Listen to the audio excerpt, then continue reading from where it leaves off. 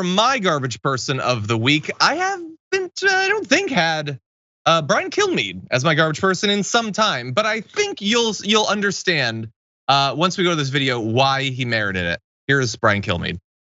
So a picture of Bruce Reinhart. This is the judge in charge of the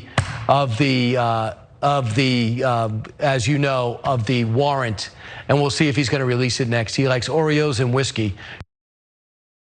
Okay, no, he is not my garbage person for the worst delivery I've ever seen on cable news. No, it was the image. That image, that's damning. Oh my God, the judge was getting a foot rub from Ghislaine Maxwell while eating Oreos.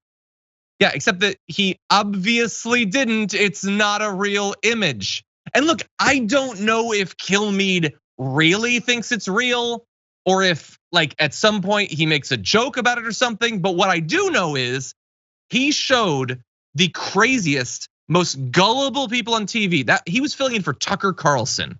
That is the Tucker audience. What do you think they're gonna take away from that? How many people are tweeting and truthing as we speak that the judge was sleeping with Ghislaine Maxwell? And how many of those people are gonna lose their minds and make death threats or possibly try to follow through on them based on the misinformation that Brian Kilmeade spread there? We sometimes give Brian Kilmeade credit because he's occasionally reasonable in some cases. That is so fundamentally irresponsible to do, to spread that. But it's not the only time this week that he's crossed the line. Just last night, he talked about how Joe Biden's new army is going to hunt down and kill middle-class taxpayers. That is him talking about the IRS and saying that because there's something in the job requirement about carrying a firearm, that he's saying they're going to hunt down and kill the middle class. That's kind of bold even for Tucker to say, or Jesse Waters. That's Brian Kilmeade, the Fox and Friends guy, the guy who's supposed to be like, he just like you, he jibber jabs, he gets into it, you know? He's joking around. No, he's gone crazy. I don't know if that's what the stuff that you have to say when you're filling in for Tucker, but that is so unacceptable. Spreading misinformation like that, people still treat Fox like it's real news, and it's maddening to me. Yeah, my read on that was that he knew that he was gonna say that thing, and he knew that they were gonna show an image of the judge and that he didn't know it was that image, or that he thought it was funny in the room when they pitched it to him because he's such a doofus. And then when he finally saw it, as he's tossing to Hannity, the next thing that happens in that interaction is he talks to Hannity, and it's just even more awkward.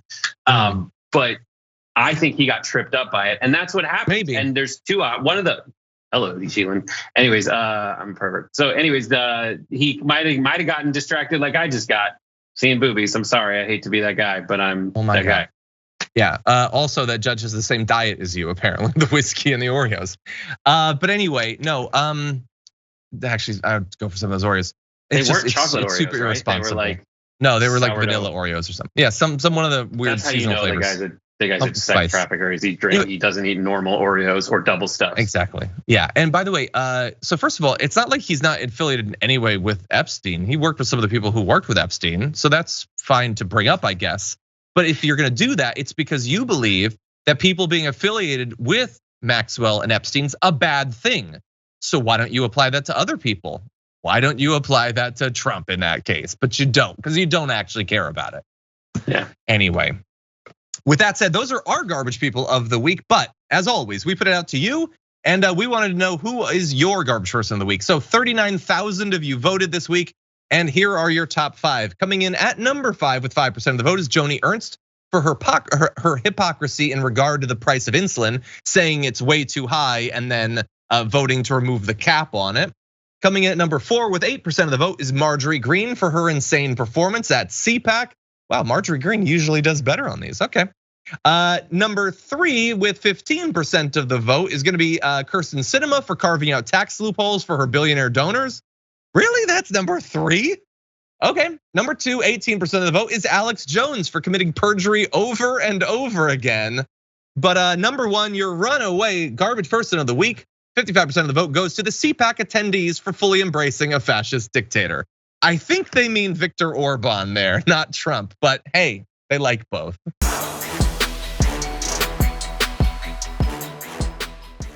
Check out the Damage Report podcast each day, wherever you get your podcasts, whether Pocket Casts or Stitcher or iTunes. You can join me as I give you the news and stories you want, with a range of co-hosts and interview guests jumping in on the fun each day. Again, that's the Damage Report, wherever you get your podcasts. And if you get them at iTunes, don't forget to rate and review. Sometimes I'll read them live on the show.